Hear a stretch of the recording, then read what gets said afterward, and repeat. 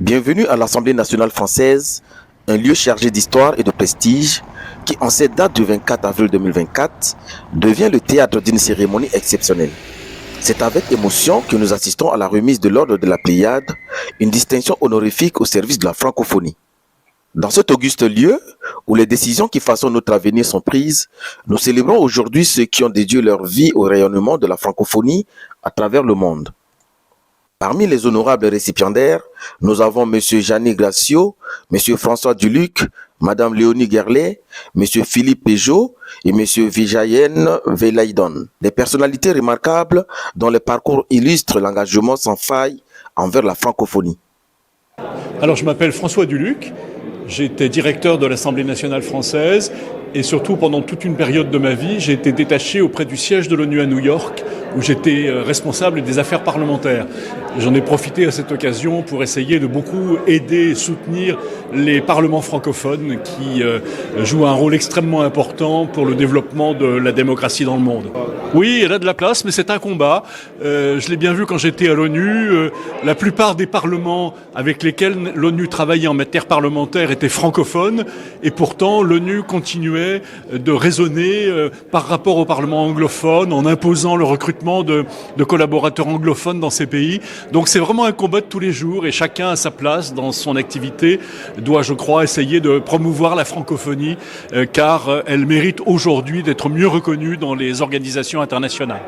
Écoutez, je suis très heureux de cette récompense. J'ai toujours eu beaucoup d'investissement pour la francophonie pendant tout au long de ma carrière à l'Assemblée nationale française, pendant près de 40 ans.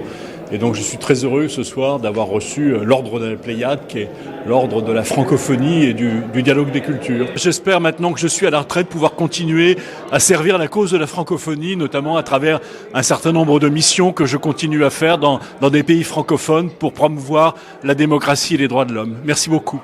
Ces hommes et femmes d'exception ont consacré leur vie à promouvoir les valeurs de la francophonie, à renforcer les liens entre les peuples et les cultures et à bâtir un avenir meilleur pour les générations futures.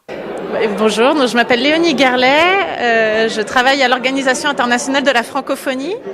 C'est un grand honneur pour moi d'avoir été décorée chevalier de l'Ordre de la Pléiade de l'Assemblée parlementaire de la francophonie. Voilà, j'espère qu'à mon niveau, à ma petite échelle, je porte cette image d'une francophonie jeune, d'une francophonie féminine.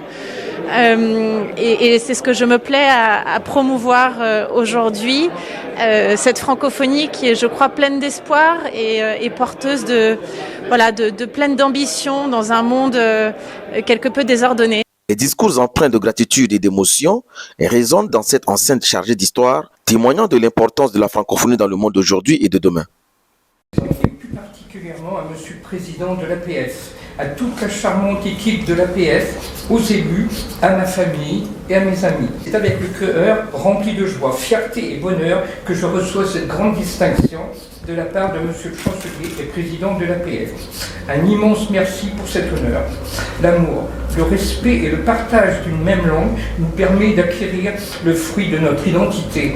En effet, la langue française est un attribut culturel souverain pour de nombreux peuples et États comme en France. Elle est également la principale transmission des cultures francophones dans le monde et le moyen principal d'expression de leur pensée. Vive la francophonie et vive la langue française. Je dédie ce chaleureux moment à ma chère épouse partie rejoindre les étoiles. Les impressions du président de l'Assemblée parlementaire de la francophonie venu du Canada pour assister et présider cette cérémonie résonnent comme un appel d'union à tous les peuples francophones de par le monde depuis Paris. Francis Drouin, président de l'Assemblée parlementaire de la francophonie. Bien sûr, je suis premièrement un parlementaire du Canada, donc personnellement, j'ai la chance de voir ceux et celles qui contribuent à la francophonie au niveau international. Je viens de dire merci à des gens qui ont passé avant moi pour avoir créé une bonne fondation à l'Assemblée parlementaire de la francophonie. Il y en a d'autres qui ont contribué de différentes façons, mais pour moi, c'est toujours un moment spécial d'avoir la chance de venir goûter à la culture francophone ailleurs qu'au Canada. Bien sûr qu'il y a des défis, mais dans toute grande famille, il y a toujours des défis. Et je crois que la francophonie, les valeurs, la diplomatie parlementaire, la liberté et le fait que nous partageons tous la même langue, je crois que c'est un atout. Le fait de défendre notre culture, c'est un atout. Et je crois que nous avons tous matière à collaborer, même s'il y a des défis présentement. Mais comme j'ai dit, en grande famille, il y a toujours des défis, mais ça ne veut pas dire qu'il faut lâcher prise. Il faut continuer à militer ensemble. Ouais, mais premièrement, je viens de l'hémisphère nord et c'est pas à moi de dicter comment faire. Mais ceci étant dit, nous avons tous matière à collaborer ensemble. Je le sais des fois que la démocratie peut sembler lente, elle peut sembler qu'elle ne répond pas à nos problèmes de société immédiats, mais comme un prof d'université m'a déjà dit lorsque j'étais à un jeune âge, la démocratie est le meilleur des pires systèmes. Alors, il faut continuer à se battre. Et à la jeunesse, impliquez-vous d'une façon ou d'une autre. Impliquez-vous au sein de vos partis politiques. Impliquez-vous dans votre communauté. Et vous allez voir que le changement, c'est pas comme un like sur nos médias sociaux. C'est plus complexe que ça. Ça prend beaucoup de travail acharné. Mais avec de l'espoir et du travail acharné, nous y arriverons. Cette cérémonie restera gravée dans les mémoires comme un moment de fierté et de célébration où l'excellence et le dévouement ont été récompensés. Roca Rolé Landong pour Global Africa Télé Sud.